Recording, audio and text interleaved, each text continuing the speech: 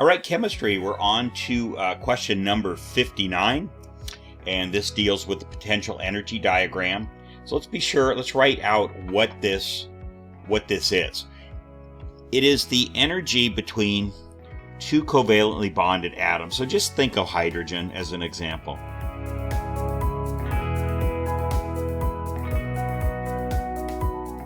Okay, so this is the potential energy diagram for two covalently bonded atoms. So we're talking about covalent bonds here as opposed to ionically bonded, which is lattice energy.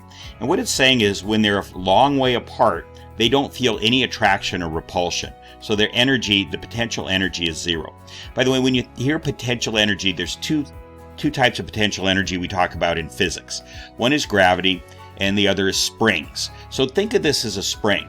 Okay, you're holding a spring, and this is what's called the equilibrium of the spring. You're neither stretching it nor pulling it. Okay? If you pull away from it here, the potential energy goes up. That's like pulling a spring. So the spring wants to contract and go back to its original position, its low energy position. If you push the spring together, then the spring pushes against your hands and wants to push your hands apart. So that's what's happening here. So what is the internuclear distance for this molecule? So this tells you the ideal distance that the two atoms in the molecule want to be apart. So it's right here, it's this lowest point here, it's what's called the well, the potential energy well. And the internuclear distance would be right here. So you can estimate what you think that number is. It's in picometers, that's 10 to the minus 12 meters. And you can estimate what you think that distance is to answer that question. But that's where the atoms are the most comfortable distance apart from each other, is whatever that distance is. All right. Okay, so let's go on to B. What is the most stable energy for the molecule indicated? So the energy is over on the vertical axis, that's potential energy, and so the most stable is where it's the lowest. Chemical systems, physical systems want to go to the lowest possible energy, so it's down here, and you can write down what you think that number would be right there for question B. So that's the most stable energy. C, if the two atoms making up the molecule were at an internuclear distance of 25 picometers, what would be their potential energy? So 25 picometers would be right about here. So you just raise your pencil straight up, just draw a straight line, and somewhere right about in there, you can estimate what you think that number would be. So it's actually positive potential energy, meaning it's unstable, meaning that you're squeezing the spring and it wants to push itself apart. So you're putting these two atoms too close together. The protons are too crowded close together. They repel each other. The electrons are too crowded. They repel each other. And so it wants to be pushed apart until it's back down to this lower, more comfortable energy level. Okay, so D, if the two atoms were 25 picometers, what would happen to them? So I just answered that. They're too close together. They want to push apart until they get back to this distance and this lower energy. And E, what would happen if 500 kilojoules per mole of energy entered these molecules? Well, they're at negative 400 and something down there. If you put in 500, you're basically adding 500 up here. What you're doing is you're going to push them apart. You're going to break the bond. If you can overcome this, whatever you said this energy is down here, bring it up to at least zero or even more than that, put that much energy in, it's going to cause the bond to break.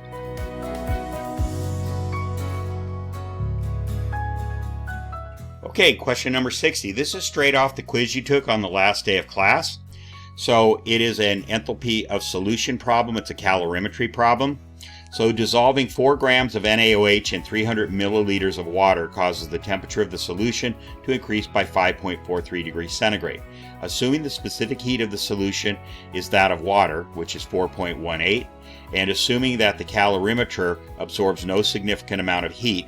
Now that's an assumption you always make in these. So what is the calorimeter? It's the styrofoam cup.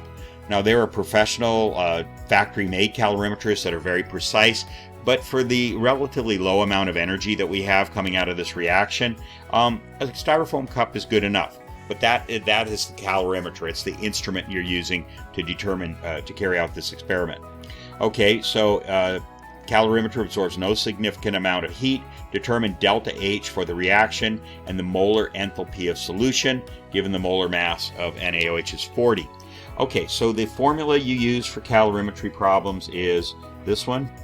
And what you're interested specifically is the Q, the heat going into the surroundings. So if we draw a little diagram here, and we have the sodium hydroxide. Now, of course, as you know, it's dissolved. It's not in a block like this, but just to simplify the situation, it's in a block like this. And we want to know what the energy is of that chemical reaction. In other words, energy has to go in. Energy has to go in and energy has to come out. And it's an exothermic reaction. It gives off heat. So that means that when the water molecules pull the sodium and the hydroxide ions away from the structure, from the lattice structure, that ends up releasing some energy. So you have a Q coming out here. So we can't measure the heat or the energy inside of the system, which is the chemical bond. So I want to write that down. So the surroundings are mostly the water, but it's also the sodium ions and the hydroxide ions, because that's what's absorbing the heat of this chemical reaction. It's mostly water. That's why we can say that we use the specific heat of water, but it's still, in a small part, it's the sodium ions and the hydroxide ions are absorbing some of this heat. Now, what's the system? Okay, so I didn't ask you to write these two things on the quiz, but I want you to now. What's the system? It's the energy of breaking the bonds. That's energy in. And it's the forming of the intermolecular forces. That's the ion dipole forces between the water molecules and the sodium ions and the water molecules and the hydroxide ions. So that's what you're looking at there. So the Q is positive. The heat is coming out. It's exothermic. So the heat is coming out into the surroundings. The reaction is exothermic, but it's endothermic for the surroundings. Heat is coming into the water, into the solution. Okay, so this is going to be a positive Q. For the surroundings is the mass of the surroundings, specific heat of the surroundings, and the change in temperature of the surroundings. So we're going to come over here and write this for the surroundings.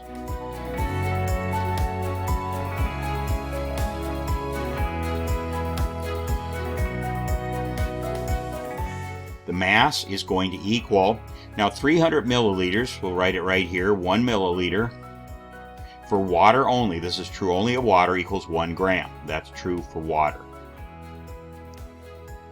So that means this is 300 grams. And you have 4 grams of sodium hydroxide, so the mass is the two of those together. 300 plus 4 is going to be 304 grams. Okay, the specific heat, we're using the specific heat of water since over 99% of the solution is water.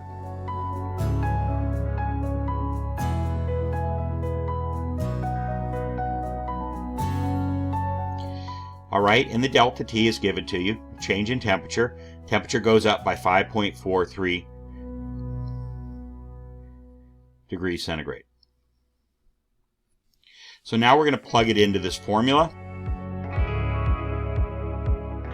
Okay, cancel units, centigrade, centigrade, grams, grams, and the only thing left is joules. That's a unit of energy. Okay, so we do that calculation. And what we get is the Q of the surroundings, which I just keep emphasizing that it's positive, equals 6,900 joules. All right, so we know from the fact that the Q of the surroundings is the same number as the Q coming out of the system, out of the chemical reaction. So that's the energy, all of the energy coming from this reaction, and that's the system. Okay, so they're equal and opposite. So the Q coming out of the system is negative 6,900 joules. Now we want, so that's how much energy. That's the answer to what is the delta H for the reaction. Now we want to know the molar enthalpy. Now if I were using actual numbers and not made up numbers, they would give you a figure that you could look up on a table on Google or in a book, and you could see what that energy is. It's how much energy will come out of a standard amount of the NaOH, and that was 1 mole, 6.022 times 10 to the 23rd. Molecules, technically not molecules, but particles, okay? So here we go. We're going to do that calculation. So the negative Q, which is negative 6,900 joules, divided by, now where does that energy come from? This is where you have to be careful. Does it come from the water and the sodium hydroxide? In other words, is it the mass is it come from 304 grams? The answer is no. The water and the sodium hydroxide particles and the sodium particles and hydroxide particles are the surroundings. They're simply catching the heat, catching the energy. They're not producing it. It's only, all of that energy is coming from the lattice energy of the NaOH, okay? And from the ion-dipole interactions that cause the NaOH to dissolve. So it's all coming out of this 4 grams of NaOH. None of it is coming from the water. So we're going to put 4 grams down here. Okay, now so we're getting that many joules per gram. Now we want to calculate how many joules per mole. So we come to use the molar mass. It's 40 grams per mole. So again, the way you would write that is 40 grams of NaOH over 1 mole of NaOH. Okay, and grams of NaOH cancels, and that should be grams of NaOH2. So now you have joules per mole. Generally, however, we express this in kilojoules per mole. So now what we're going to do is get the moles to cancel and turn into kilojoules. So it's 1 kilojoule over 1,000 joules. That's just a standard conversion. And so joules and joules cancel. So you end up with kilojoules on the top and moles on the bottom. And what that is going to equal is 69 kilojoules per mole. So that's the final answer. And if these were actual numbers, that would be a number you could look up in a book somewhere and find out what the standard molar enthalpy of solution is. All right, let us move on. Go ahead and think about that, practice it. Again, just doing something one time, you're not going to get it. You got to practice these things, all right? So let's move on down here. And now is the other problem that you had on the quiz before we left for break. So an unknown piece of metal with a mass of 34 grams is removed from boiling water and has an initial temperature of 100 degrees centigrade. The metal is placed in an insulated cup of water with a mass of 100 grams. Now I had to clarify for some of you, that's 100 grams of water, not the cup and the water together. So I'm just giving you the mass of the water. That's really what you're interested in here. And an initial temperature, an ambient temperature of 23.4 degrees centigrade. The temperature of the water rises until it reaches 30 degrees centigrade. So the metal's going to get cooler and the water's going to get warmer. The specific heat of the water is 4.18. Compute the specific heat of the metal. So we know the heat is coming out of the metal. So it's negative Q, it's exothermic for the metal, equals positive Q for the water. Okay, and we still use the same overall formula, which is Q.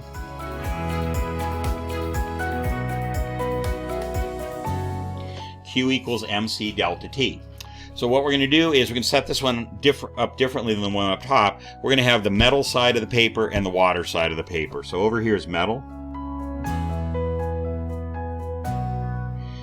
And what we have is we need to know the mass. Well, we know the mass of the metal is 34 grams.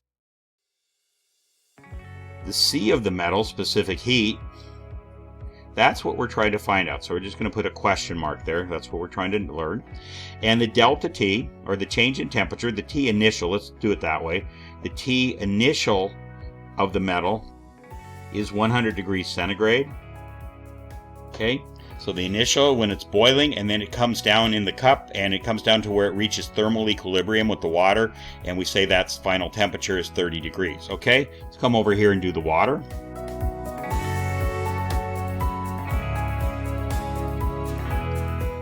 So the mass is given here.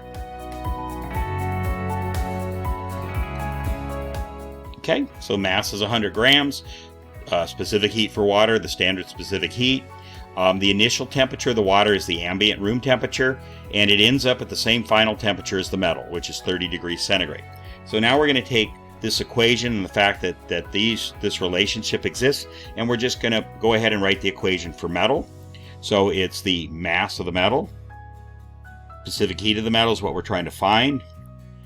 And it's always final minus initial when you're trying to find a delta T, a temperature change. Okay, so that's the equation for metal. Now we come over to water. Final minus initial. Okay, we'll just do one quick simplification of the temperatures. And one thing I neglected to do here, up here, is put the negative sign out here because the metal side is going to have that negative sign because it's exothermic. Okay, so I'm going to put it here as well. So that's a negative sign out there for this side of the equation. Okay, now we continue. Okay, there we go. So we have one equation and one unknown. So we're going to divide both sides by the negative 34 grams and by the 70 degrees. Just algebra now.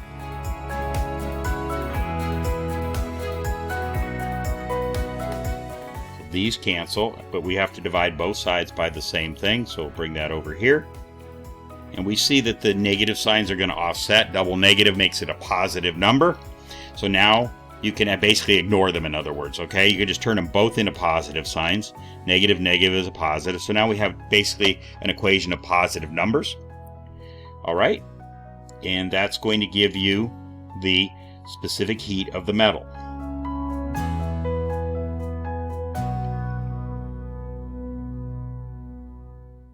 Okay, and to two significant figures, because that's what we have here, although I'm not worried about that too much right now, that is going to be 1.2, and that's the standard units of measure, joules per gram, degree, centigrade, and that's the final answer for this. Okay, we are on to question number 62, and this is a bond energy problem, so you're going to need your packet. And there it is. And if I haven't done it already, I'm going to put the reference sheets onto the winter packet Canvas site. So I don't think I've done it yet. Actually, I'll put those up in case you forgot to take it home. So you're going to need that. All right, so it says determine the bond energy of the following reactant and show the sign. You have to show the sign. If it's a positive, you have to put a plus sign. If it's a negative, you have to put a negative sign. Okay, so we're simply going to solve this. I'm not asking you to do a whole big problem, just do this, and I give you the Lewis dot structure for it. So we're going to start with, it has a CC double bond, so you just write that. Okay, and there's two molecules times one bond, one double bond. Not how many carbons, it's how many bonds. And it's a double bond, so it's one double bond times the energy in that. Again, this is the least accurate way to do any kind of enthalpy because these are averages. They're not specific to any specific molecule. So if we look over here, we have a CC double bond right there. It's 620 joules per mole, kilojoules per mole. Okay, next we have 1, 2, 3, 4 CH single bonds. Okay, so again, you have two molecules, and in each molecule you have 4 bonds. And the energy in a CH single bond, come over here, it's right there, and it's 414. Okay, so we do the calculation on that. Okay, and for the CC double bond, we get 1,240. And for the CH bonds, we get a total of 33,314. And so to get the total bond energy from two of those molecules, we add those two numbers together, and we get this. And that's kilojoules per mole. That many kilojoules for every 6.022 times 10 to the 23rd of these molecules. Okay? And to finish the answer, you have to put the sign. I said show the sign. It's positive. Why is it positive? Because it's a reactant.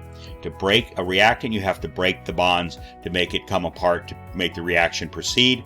And so reactant's going to be positive. If these were products forming, then the energy would be coming out and the sign would be negative. So not a total deduction if you didn't put that, but a partial deduction if you didn't put the sign as was asked. Okay? All right, keep going. And I gave you a pretty straightforward and simple Hess's Law problem on the quiz. All right, so this is the target. We're trying to find out what that delta H is, and we need to recreate that from these two reactions. So this is very simple. The way you do this is you just start with, I usually just start with the very first element or compound in the target, P4O6, and I find where it is, and you're going to ask two questions. And you're writing this down, okay? These notes that I put. Okay, which side of the arrow is it on? Now you can't change this one, you change these. Which side of the arrow is it on? And how many moles does it have?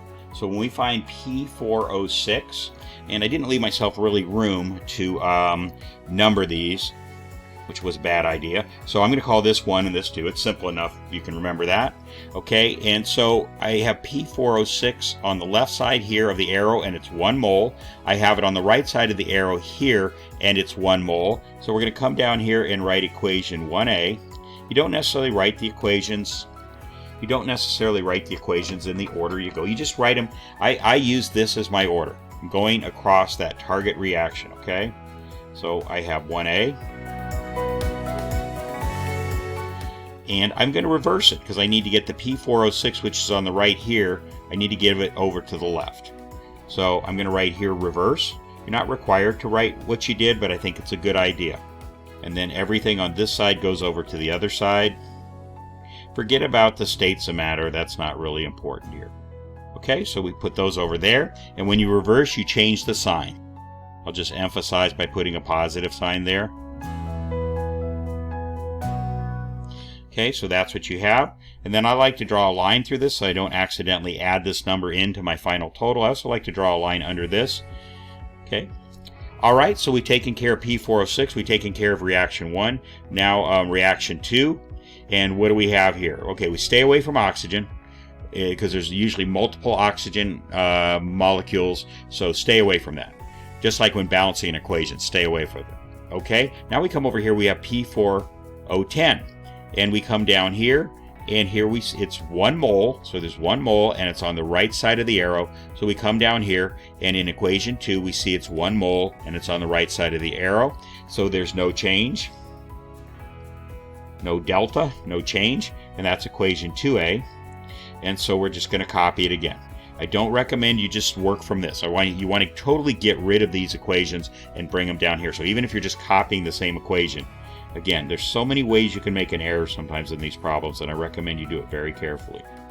Okay, and the delta H, we made no change, so it remains at negative 2940.1. Okay, now we draw another line, and now we're going to add those two equations together. Before we add these numbers, let's be sure that they do reproduce the target equation. Okay, so we come over here, and P4O6, and it doesn't, we're not looking at anything up here. P4O6, it doesn't appear anywhere else, so it is going to go down here. And we're not sure how many reactants products are going to be on which side of the arrow, so you just kind of put the arrow somewhere in the middle like that. All right, so we used it, so we're circling it. Now we have P4 here. We have it on the right side of this arrow in equation 1A and on the left side on equation 2A, so they're going to cancel. They're technically going to subtract. You're not always canceling, but you can call it canceling, okay? And then we look over here. Okay, O, stay away from O. You got P4O10. It doesn't appear anywhere else. It's on the right side. So we're going to go ahead and put that over here. Okay, and we use that one, so we're going to circle it. And now we have 5O2 on the left side of this arrow and 3O2 on the right side, so you're going to subtract those. 5 minus 3 is 2. And the 2 goes on the side that had the larger of the two numbers. So it's plus 2O2. And you see that this reaction matches the target. That means we set it up correctly. So now you're ready to go ahead and add these numbers. And again, I want to put a line through that because it's happened before for me where I accidentally add in that number too. Okay, so you want to be sure you keep them separate. Okay, so we'll do that. And what we get is delta H